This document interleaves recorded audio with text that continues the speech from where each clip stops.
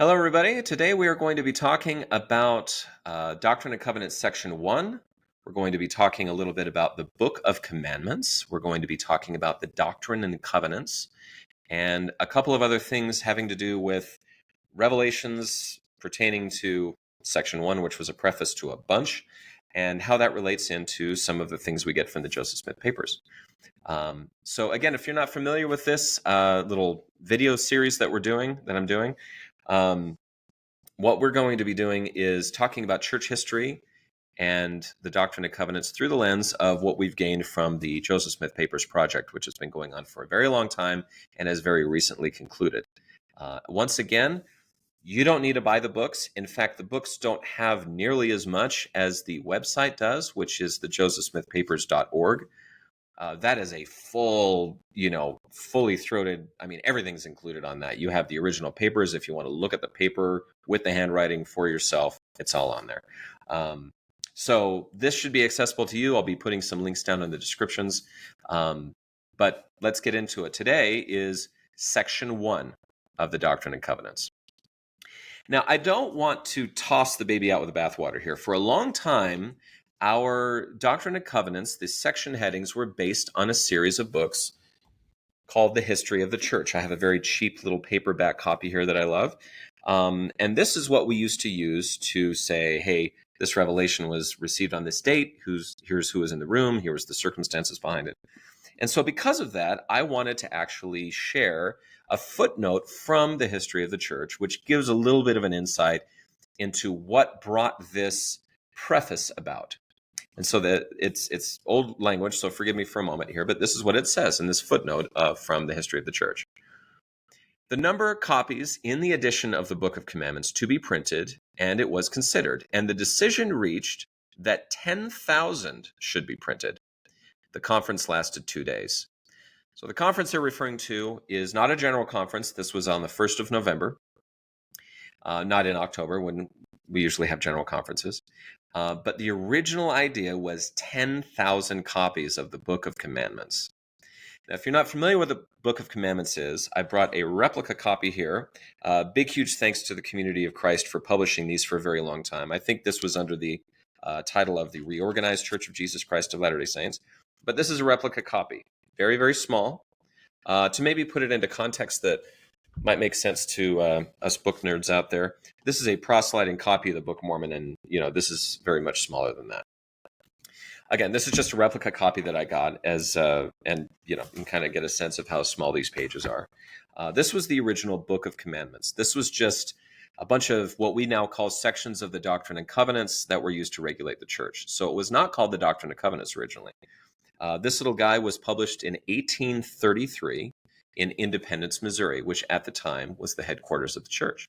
They had a printing office there, and they were planning on putting a temple there, which the church at the time didn't get to do. They were sort of kicked out of that area for some years. And I believe the Reorganized Church of Jesus Christ of Latter-day Saints was able to build a temple there. They are now called the Community of Christ, so those two groups are interchangeable. But just wanted to show what that is. That was published in 1833. And these are dates that you'll need to remember, like the Book of Mormon, the original, and I've got a replica of that as well. The books to remember, Book of Mormon, pretty big deal. This one was published in 1830. That was in upstate New York. The next thing you get is 1833, 3 years later, Independence, Missouri, this little guy.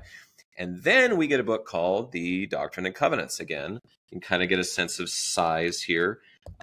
This was published in Kirtland, Ohio in 1835.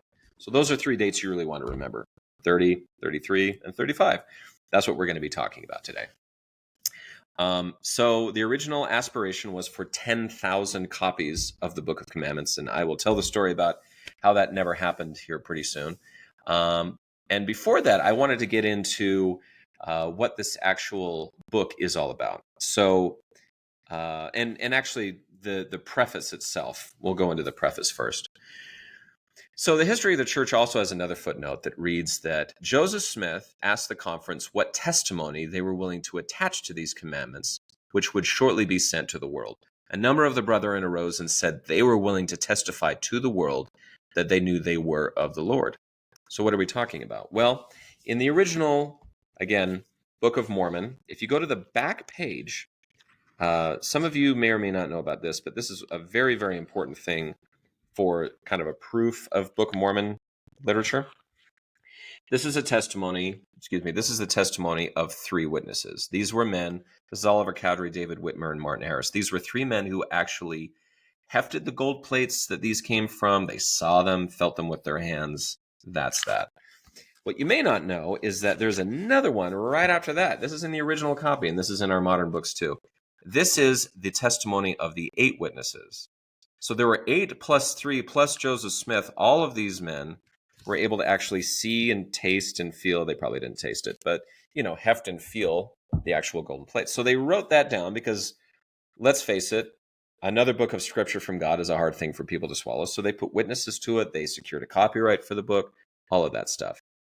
What people may not know is that that same thing happened for the Book of Commandments. Now, because of the circumstances around the printing of this, that testimony page never actually showed up in the Book of Commandments. But 2 years later, 1835, you get it in the Doctrine and Covenants, which is, again, at the very, very back. There was a sort of, and to me, it reads more like minutes of a meeting. Just kind of getting here. There we go. It says here General Assembly, and there's a lot of things that kind of talk about the circumstances surrounding it. People are certifying copies of it. And then you get this testimony of the 12 apostles at the time, talking about how they testified that this book was true. And that is included in modern copies of the Doctrine and Covenants. So what you may not know is that there is also a witness page to the Doctrine and Covenants. So there you go. So because it was so important, because we have, a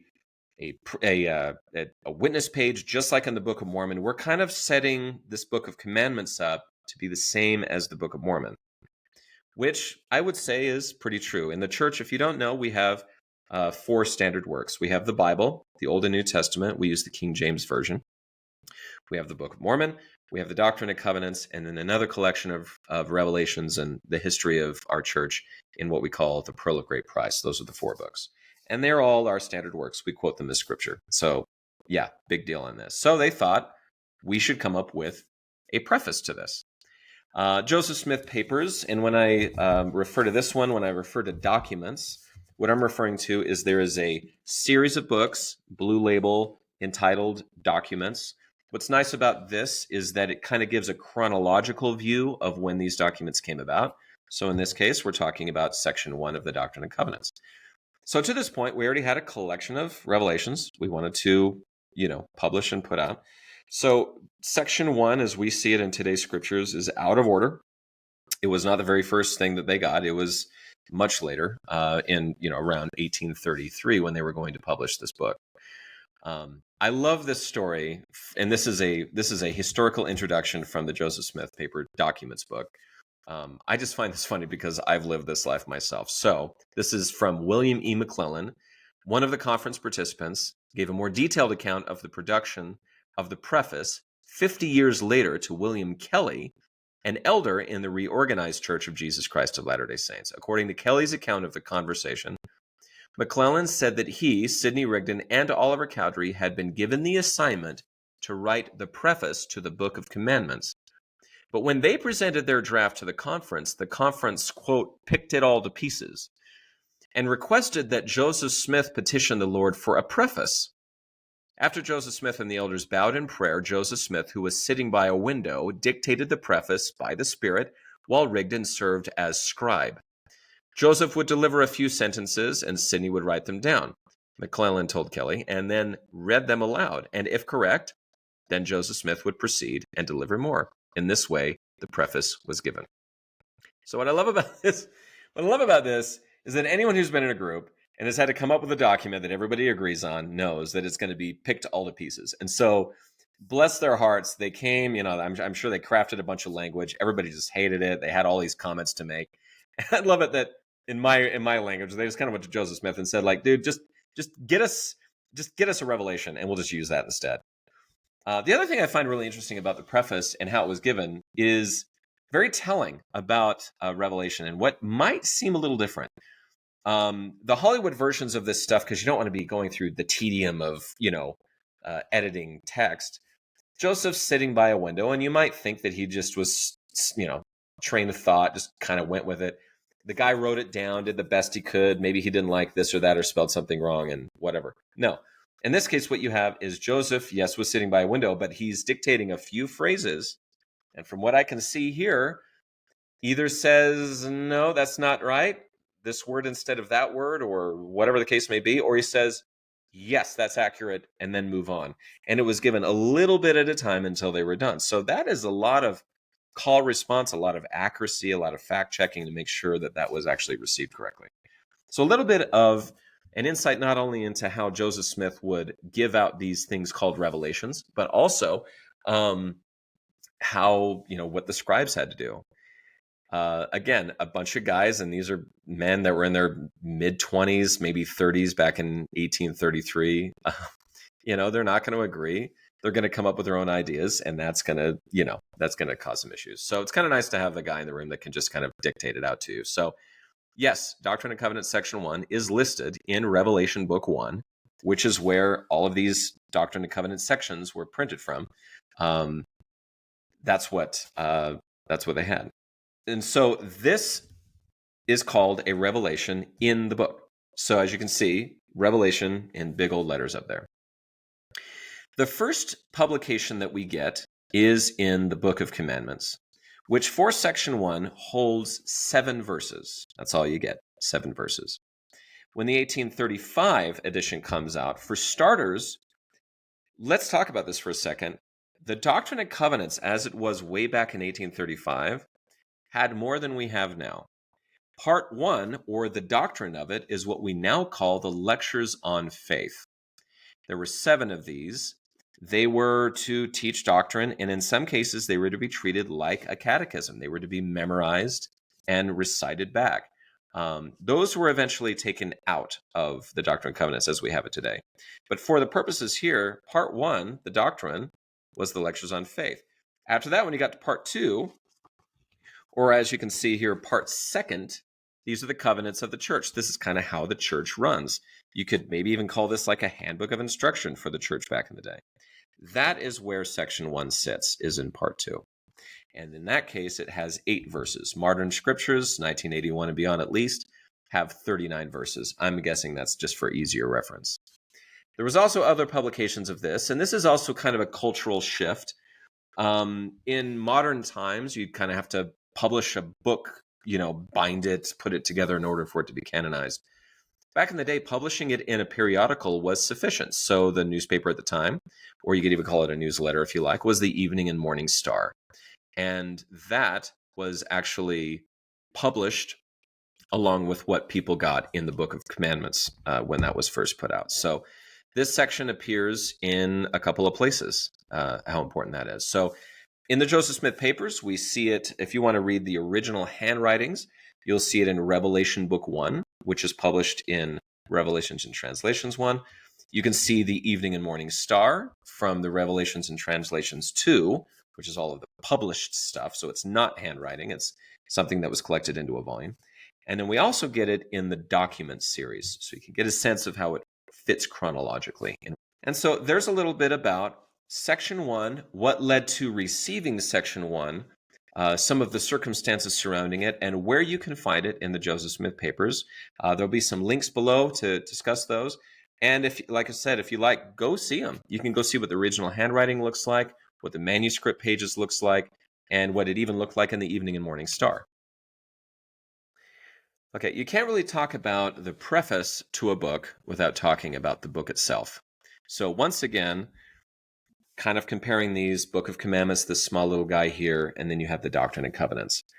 The Book of Commandments was really not used much, and the reasons are this. So and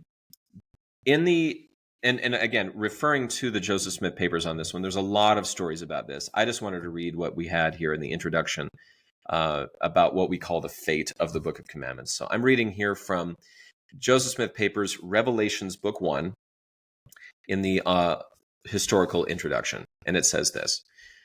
What proved to be the final known communication from church headquarters in Ohio to the printers in Missouri regarding the printing of the Book of Commandments was given on the 2nd of July, 1833. On that date, in response to a letter of 7th of June, so that's a month ago, that is no longer extant, Joseph Smith and counselors Sidney Rigdon and Frederick G. Williams sent instructions for shipping copies of the Book of Commandments to Kirtland. By the time that letter could reach Independence, the printing project had come to an abrupt end. On the 20th of July, 1833, a group of 400 or 500 Missouri vigilantes stormed the printing office, destroyed or confiscated much of the contents, and halted the printing of not only the Book of Commandments, but of all Mormon publications in Independence. According to claims Phelps and Cowdery made in a lawsuit filed against several dozen of the vigilantes early the following year, the mob, quote, forced open the door to the print shop, tore down the same, forced and tore off the roof of said printing office, forced and tore down the walls of the same, and then and there totally and wholly demolished, tore down, and destroyed the said printing office. So just pausing here for a second, that is you don't just run in and run out. I mean, tearing a roof off, tearing the walls down, tearing a door off the hinges. I mean, they spent some time on this. So just kind of to give a sense, that's why we don't really have a lot of Book of Commandments in our possession. And also, I may add, why this book is interrupted at the end. They took the gatherings that they could and published them into these little guys here. And that's all you get. There's really not a whole lot of them left. But yes, a mob of men stormed this printing office, tore down the walls, tore off the roof. I mean, they really went to town on this thing. So proceeding with the introduction here, it says, furthermore, the Missourians, quote, seized, tore down, and forcibly took and carried away, and converted to the said defendant's own use, a certain printing press of the plaintiffs, then and there, set up and in use in the said printing office. Phelps and Cowdery valued the printing office at $3,000 and the press at $500. So I did what any good historian would do, since I'm an amateur at this, and I just Googled what would that cost in today's dollars. So printing office, $3,000. In today's money, that's $109,676.07. So almost $110,000 is what the printing office cost. The press, $500. In today's money, that would be $18,279.35. Don't quote me on that too much, because if you're listening to this 2 years from now, it's probably changed. But call it 20 grand. So about $130,000 worth of damage in today's terms. The assailants gave the press, which had apparently been pushed out of the second-story window and damaged in the fall, to Robert Kelly and William Davis, who used it beginning in early January 1834 to publish a newspaper in Liberty, Missouri, titled the Upper Missouri Enquirer. So what happened to the press? Well, it looks like one of them they stole, and the other one they launched out of the second floor window, and yeah, it busted when it fell. I should also mention here some terms that we don't really use anymore, or maybe we do. I'm not a professional printer, but you had the press itself, which was sort of the surface that you would smash the thing onto and ink it and all that kind of stuff. But then you had something called the furniture. Now, the furniture in a printing press means the letters. It means the other tools that were a part of it. All that was launched out of the second floor window.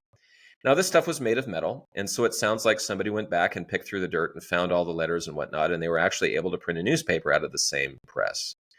So just to give you kind of a sense of what this is, it's not like the thing broke and there's one thing to think about. In fact, as a little trivia, if you're wondering where lowercase and uppercase letters came from, the lowercase of furniture had all the lowercase letters in it, and then there was an uppercase above it, which had all the capital letters in that. So all that thrown out the window. So yeah, that's a little bit about why this original publication ended. And as far as I know, that's really like the last time they ever printed anything out of that office, because it was just completely torn down. So moving on, several Latter-day Saints were able to save sheets of the unbound Book of Commandments, and copies were later individually bound for private use. It is unclear how many copies were saved and bound, but fewer than 3 dozen are currently known to exist. Also unclear is how those who saved the sheets from the attackers were able to salvage sheets from all 5 gatherings. Inside the print shop, each sheet would have been placed in an uncollated stack, with 1 stack for each gathering. Each sheet would have been placed, meaning that the salvagers would have had to hurriedly gather a sample from each of the stacks after the stacks were thrown from the printing shop. If the process of folding and collating the sheets had already begun, however, it would have been easier to collect all 5 sheets. So there's a possibility that that's true. And if you know the story of that, there was a small number of young women who grabbed whatever papers that they could, went into a nearby field, and sort of put them on the ground and laid on top of them. And that's more or less why we have the Book of Commandments even to this day. So that's how those were saved. So when they talk about several Latter-day Saints, the famous story is that a couple of young women saved them. And that is a favorite story in Latter-day Saint history. John Whitmer's Daybook documents that he sold 6 copies of the Book of Commandments to various individuals for 25 cents each. Whether official agents were appointed to sell copies is unknown, but it appears church leaders gathered known copies and distributed them. The scarcity of the volume likely contributed to church leaders' prompt renewal of the interest in printing a compilations of revelations, an objective that would not be realized until the 1835 publication of the Doctrine and Covenants in Kirtland, Ohio. So this little book, more or less, is sort of a very rare and special edition. That's why mine is just a replica. So people who have these, there's about 3 dozen left over. And that's why we don't really have this. And so in the preface of section 1, you will see the term Book of Commandments, and that's what it's referring to. After that, we took those commandments, made them the covenants of the Doctrine and Covenants. Again, the doctrine of the Doctrine and Covenants was a series of lectures on faith. And then when you got to part 2, that's when you got into the sections, as we call them today, of the Doctrine and Covenants. They were first called sections in the 1835 edition, and that is where section 1 appears. Looking at the actual document itself, I find it interesting, and this is what we call a fair copy that we have in the Revelation book. But yes, it was written down by Sidney Rigdon. It was not written down by Sidney Rigdon in this volume. In this volume, I believe, and let me just double check my work here. So in this volume, it's not written by Sidney Rigdon, but rather by Oliver Cowdery and John Whitmer. That's how the Revelation was received. Very little changes here. It looks like some spelling errors, some things that are maybe unknown and blotted out. But yeah, a pretty clean copy, all things considered.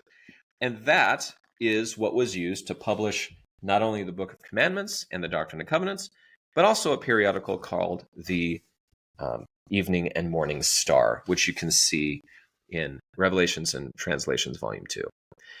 So that being said, not going to get too much into the actual details of the section itself. It is, again, a preface. It's explaining what the church is, what the revelations are, a couple of warnings. It is written in the voice of the Lord. And so that's what we get from a little bit of the rest of the story about section 1, about the Book of Commandments, about the Book of Doctrine and Covenants, and about the Revelation books, about the Evening and Morning Star. So hopefully that's helped to sort of fill in some of your knowledge about the beginnings of Latter-day Saint revelations outside of the Book of Mormon, as well as about how the church originally published and some of the problems that they had with that. Kind of as a side note to this, just in my reading of it, in my experience of it, I find this episode of destroying a printing press to be kind of at the heart of how difficult it is to live with rights. So this is sort of a supplemental thing to this. This is not out of the Joseph Smith papers or anything with the church, but just an opinion piece from myself. Considering that 1833 is not as far away from 1776 as it is today. So you're living in a new country. And in fact, when Joseph Smith was born, this country was 30, 40 years old.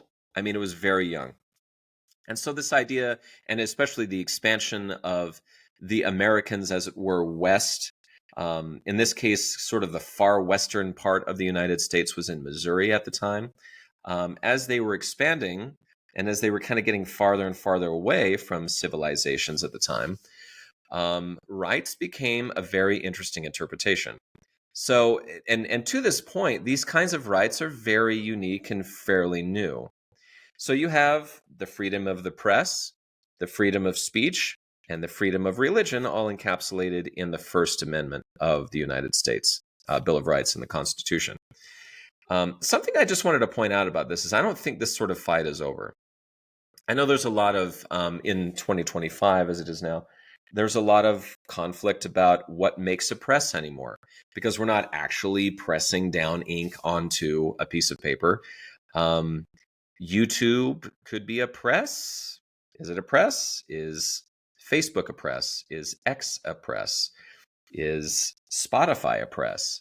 It's kind of tough. Do we have the freedom to print wherever we want? Or does somebody else have the freedom to destroy that press or to stop that press from doing something that might cause an uproar or cause some problems?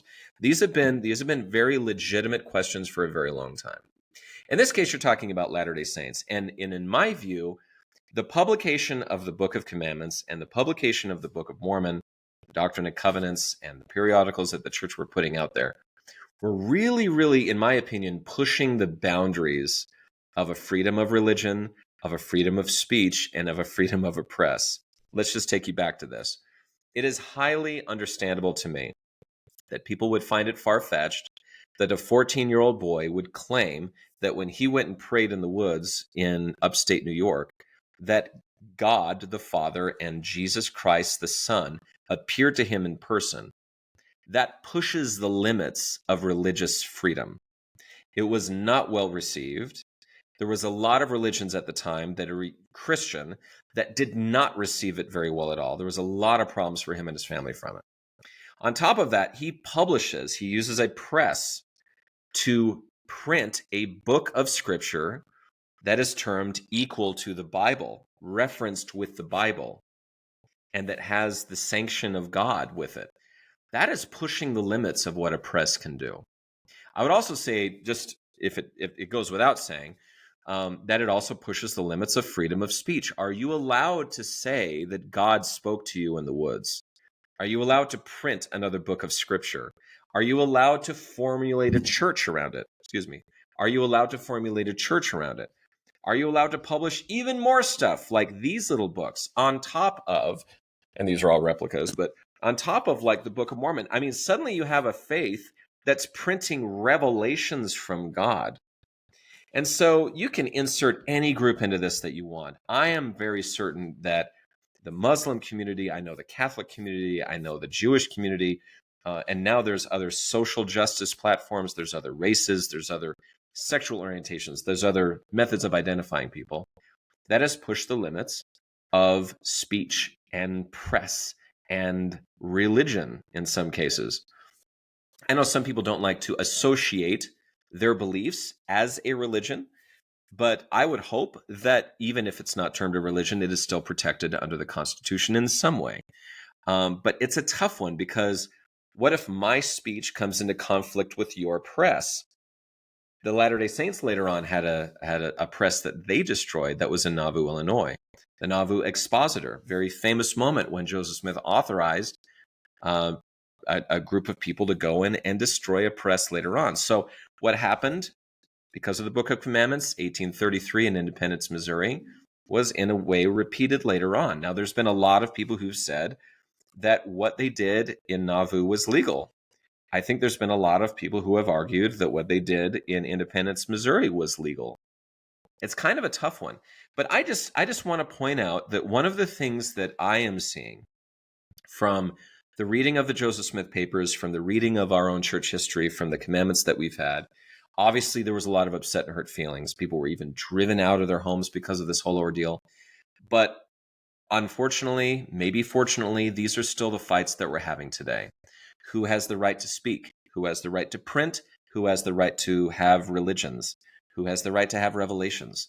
These are kind of tough things when you're talking about rights. So I just wanted to put that as an amendment to this, that even though back then these rights were still relatively new, and I think generations were still kind of getting used to them. I would say very similarly to how, just because you have civil rights amendments to the Constitution doesn't suddenly mean everybody gets along. It's going to take generations in some cases to see what that looks like and how these peoples can cooperate or get along as American citizens. So I just wanted to put an amendment onto that I thought was interesting, is that a lot of these issues that they were having way back in the 1830s, this is pre-Civil War, this is pre-World War I, II, this is pre a lot of the financial crises that had happened and a couple of famous presidents, that they were having these same kinds of debates and issues. So just kind of an opinion piece at the end. Let me know what you think if you have any ideas. I don't want to speak good or evil about it. I think there's probably very legitimate reasons why people feel compelled to stop speech, stop books, burn books. They always have their good reasons and they always have their bad ones. So I just thought it was interesting. This concept has been with us in the American experience, especially since the beginning. So enjoy. We'll see you soon.